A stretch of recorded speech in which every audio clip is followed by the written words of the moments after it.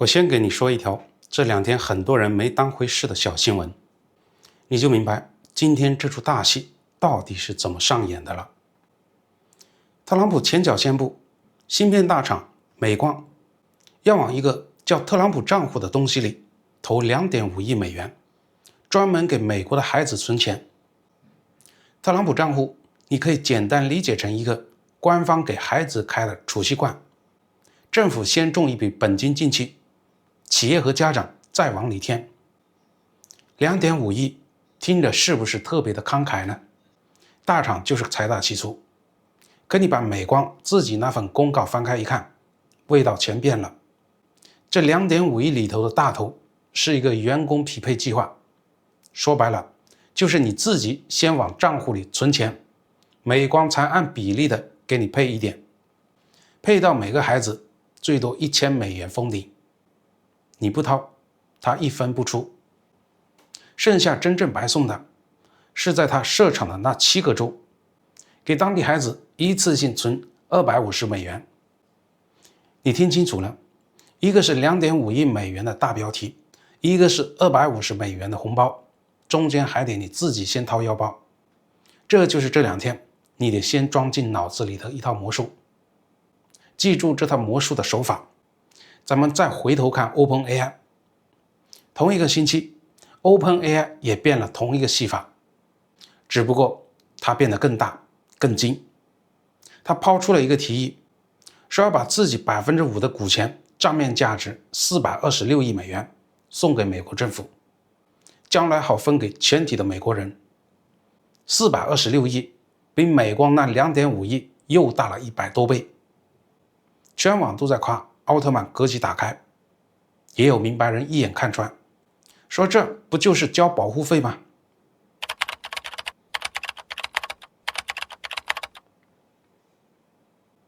对，是保护费，这层意思你我都看得出来，不用我在这费尽口舌的反复讲。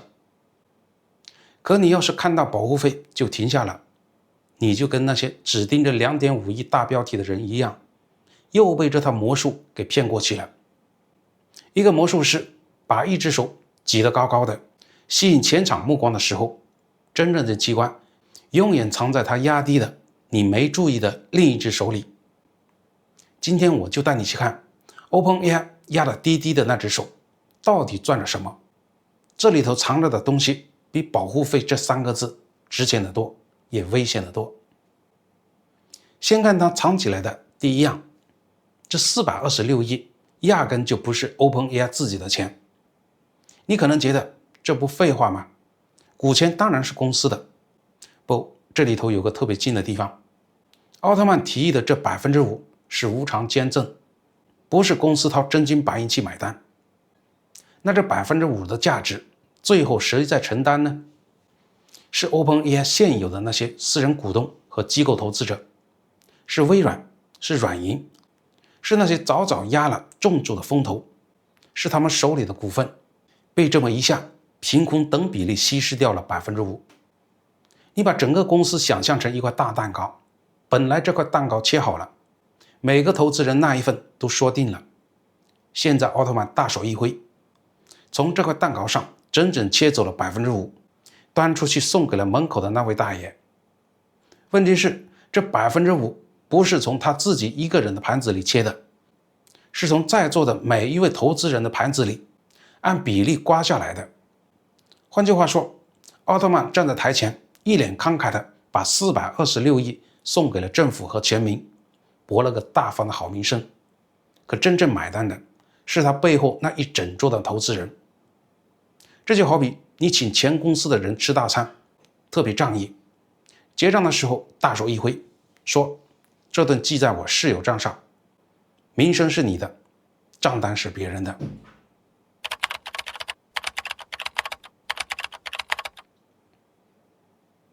你可能会问，那这些投资人凭什么忍气吞声的让你稀释呢？因为他们比谁都盼着这家公司能顺顺利利的上市，他们几百亿的砸进来，图的就是 IPO 后抓紧套现走人。现在 OpenAI 跟他们说，割掉这 5%，能把上市路上最大的政治绊脚石给搬开，能让公司的估值稳住甚至更高。你说他们认不认呢？多数人只能捏着鼻子认。所以你看，政府持股这件事本身一点都不新鲜。去年美国政府就真金白银的入股了 Intel， 好处是什么？坏处是什么？这一年大家早就吵明白了，无非是保护和捆绑那两面，我不再炒这个冷饭。真正值得你多想一层的是姿势的不同。Intel 那一回是政府揣着89亿美元的现金主动上门买进去的，掏的是纳税人的钱包。OpenAI 这一回反了过来，是他自己抢着把股钱送上门，掏的是投资人的钱包。同样是政府持股，一个是政府花钱把座位买下来，一个是公司借花献佛把座位硬塞过去。你把这两个姿势摆在一块， OpenAI 的算盘就露出来了。他花的是别人的钱，买的却是他自己最想要的东西，这买卖本钱压根就不是他出的。那全体美国人到手的又是什么呢？这是他藏起来的第二样，也是最扎心的一样。政府替全民收下了这 5%， 是一家什么样的公司的股权呢？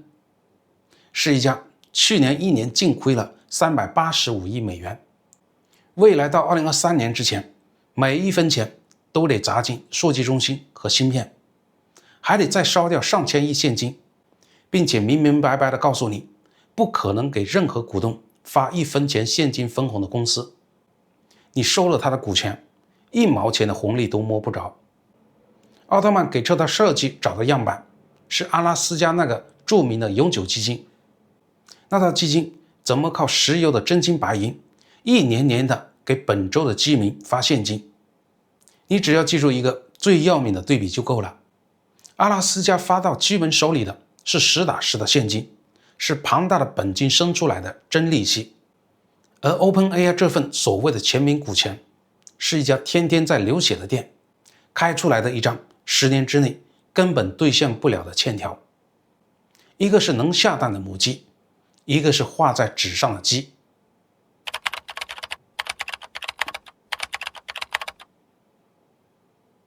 你先别急着觉得这是美国人的家务事，跟你隔着一个太平洋没关系。你只要盯住一个逻辑就行。全民想从这张券里真正拿到钱，政府就只有一条路，把这些股票拿到公开市场上去卖掉变现。可你想想，几百亿规模的单一科技股，一旦往市场上这么一砸，第一个崩的就是他自己的股价。而 OpenAI 的估值背后可不是他孤零零的一家，他拴着微软，拴着英伟达，还拴着借了他几百亿美元的软银。这几家巨头的股票只要一波动，就会顺着你可能都没细看过的那些指数基金，那些科技股的 ETF， 一路传导到你的养老金账户里，传导到你随手能买到的那几只美股的基金里。所以这张看着是发给美国全民的空头券，直到要兑现的那一天，第一个被震到的未必是华尔街的大机构，反倒可能是那些在几万公里之外通过基金间接持着这些巨头的普通人。这就是为什么这张券看着跟你八竿子打不着，其实离你的钱包并没有那么远。好，现在到了这套魔术里最精也最反常识的一层，也是他压得最低的那只手里真正的王牌。你一直以为 OpenAI 是实打实的花了426亿的成本去买了一份保护，不，他这426亿很可能不但没亏，反而是一笔稳赚不赔的买卖。你想想，一家公司最值钱的东西是什么？是估值，是它上市那天能卖出多少钱。而估值最大的敌人又是什么？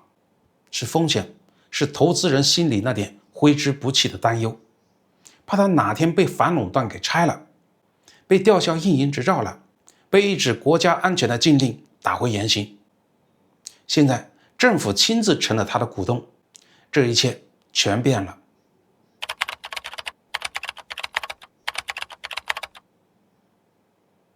政府自己兜里揣着他的股份，还舍得对他下手吗？这家公司在全球的投资人眼里，一夜之间就镀上了一层准国家倍数的金身。那些最要命的政策尾部风险一下子被死死地摁了下去。这个逻辑跟你给房子上保险有点像，但更狠。一般人买保险是花钱买个心安，钱是纯支出。可 OpenAI 这份保险不一样，他买完保险，房子本身反而升值了，风险一降，估值立马就往上窜。华尔街给他撑起来的那个逼近万亿美元的天价估值，一大半就是靠这种大到不能倒的安全感垫起来的。你来算这笔账，账特别好算。它现在的估值是8520亿美元，送出去的 5%， 账面上是掉了426亿。可只要这份国家倍数能让它整体估值往上抬1成，那就是850多亿，抬2成，那就是1700多亿。你看清楚这个数据量级没有？它让掉的是426亿，可倍数换来的估值增量，轻轻松松就是它的2倍，甚至是4倍。这一进一出，它非但没亏，还净赚了几百亿。说白了，他这哪里是交保护费啊？他是在做一笔自己给自己付钱，还能连本带利赚回来的投资，而且他赚的还不只是估值。你再往深想一层，政府一旦成了他的股东，身份就微妙了。他既是给全行业吹哨的裁判，又成了盼着这一家涨的股东。这就好比一场球赛，那个满场吹哨的裁判兜里揣着其中一支球队的股票，他抬手之前得先算一算，这一哨会不会先吹掉自己的红利，他还怎么可能吹得公道呢？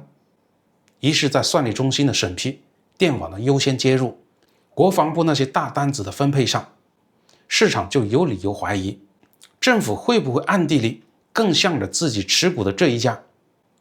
只要这种怀疑一成立，那些没能跟政府绑上关系的中小 AI 公司，等你一出生就矮人一头，被结结实实的挤到了墙角里去，用别人的股钱买来自己的估值溢价，顺带的还挤垮了竞争对手，账面上最后居然还倒赚。这套设计精得让人不得不服。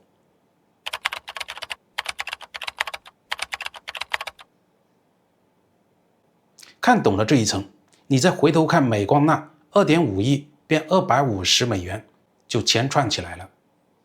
这压根不是2条孤立的新闻，这是一整套正在成型的模板，一套让企业和政治双赢，却让全民乖乖当背景板的模板。它的公式是固定死的，对外甩出一个大到没人愿意去细算的数字，2.5亿也好，426亿也好，再配上一句为了全民，为了下一代的漂亮话。对内呢，真正掏出去的东西，要么缩水成一个要你先掏钱的匹配，要么缩水成一张10年对不了线的空头券。大标题记进政治账，博的是民意；小动作记进商业账，抠的是成本。中间那一道天大的差价，就是这台戏真正的利润。你以为你是这场慷慨的受益人，其实你是这张海报上的群众演员。而 OpenAI 这一版的模板还比美光多埋了一手。奥特曼本来是想拉着 Google、Meta 这些巨头一块送的，大家凑一桌，把这套动作做成整个行业心照不宣的规矩，法不责众，火力也均摊。结果 Anthropic 当场就把脸翻了，公开否认自己参与过任何这一类的讨论，硬是没让这一桌凑成。你好好品品这个细节，连他同一条赛道上的对手都不肯上这张桌子，这恰恰反过来说明，这份看着感人的慷慨背后，是有人把成本和收益算得清清楚楚、明明白白的。它绝不是什么一时兴起的善心大发。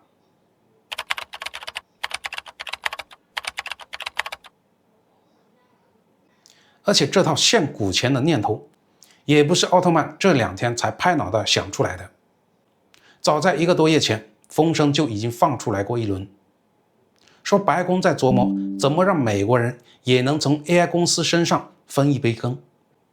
特朗普当时还公开说，政府去持有 AI 巨头的股份是件美好的事。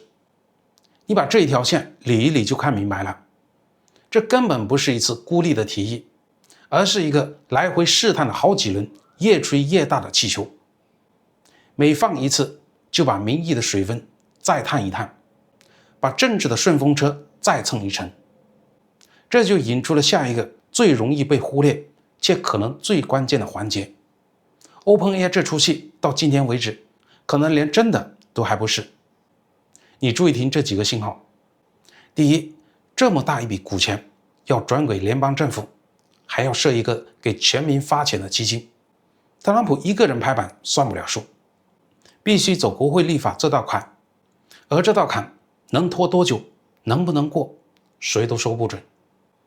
第二， OpenAI 现在是一家被非盈利基金会赚了控制权的公司，他想把这 5% 干干净净的切出去，光是不打破自己那套复杂的股权结构，不惹上免税资格的麻烦，就是一团法律乱麻。第三，也是最耐人寻味的，面对这条爆料， OpenAI 官方拒绝置评，白宫和商务部也没有给任何的正式的确认。你把这三条摆在一块看，这所谓的426亿全民大礼，眼下更像是一只放出来试水的气球，一次精心设计的舆论投石问路。他要的可能压根就不是真的把股权给出去，而是先把这个慷慨的姿势摆给全世界看，先把民意和政治的顺水人情赚到手，真金白银还没动，好名声已经落袋了。这才是这套魔术里最不动声色的一手。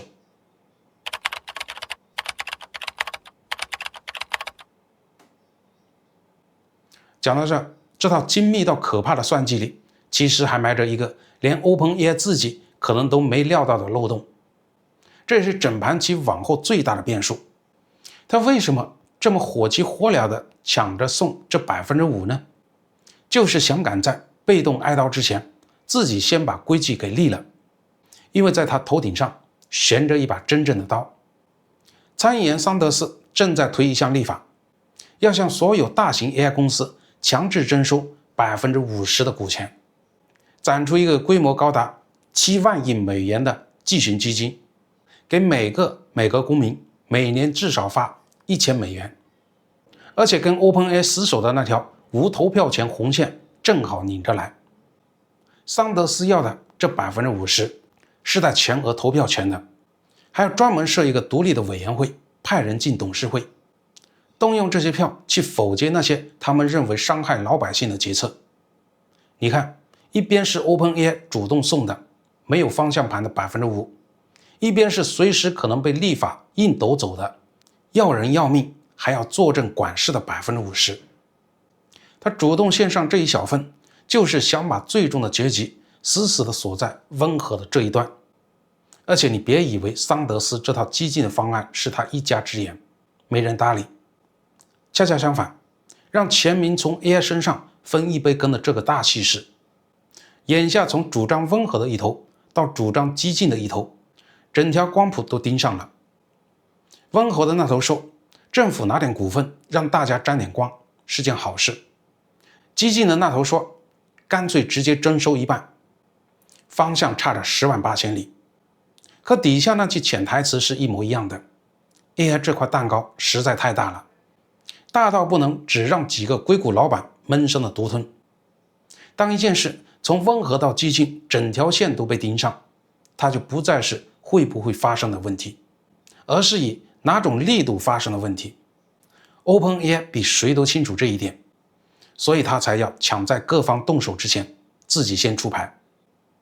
可他千算万算，偏偏算漏了一件最要命的事，他主动把股权献给政府这个动作本身，等于他亲口承认一个前提，政府就是应该持有 AI 公司的股权。这个口子他自己一开，桑德斯要的那 50%反而一下子就有了名正言顺的理由。你 OpenAI 自己都带头说该送了，那全社会凭什么只准你送 5% 呢？凭什么不能是 50% 呢？他本想用一份小小的保险去赌注那场大魔术，结果却可能亲手把那把要他命的刀磨坏了，递到了对手的手里。这才是整台魔术最讽刺也最耐人寻味的地方。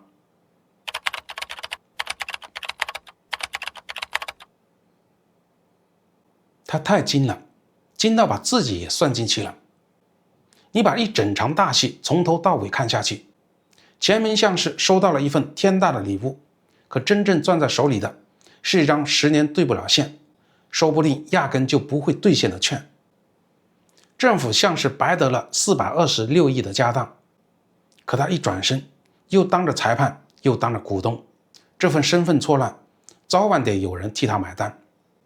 而这台戏里唯一稳赚不赔的，是那个用着别人的股钱买着自己的估值，连真金白银都还没掏，就先把慷慨的名声赚到手的人。那你说，这5%到底算个什么呢？是发给钱明的一份福利，还是一张迟早得有人接盘的击鼓传花式的空头支票呢？你觉得音乐停下来的那一刻，最后接到这张支票的会是谁呢？评论区告诉我你的判断，记得点赞、订阅、打开小铃铛，咱们下期再见。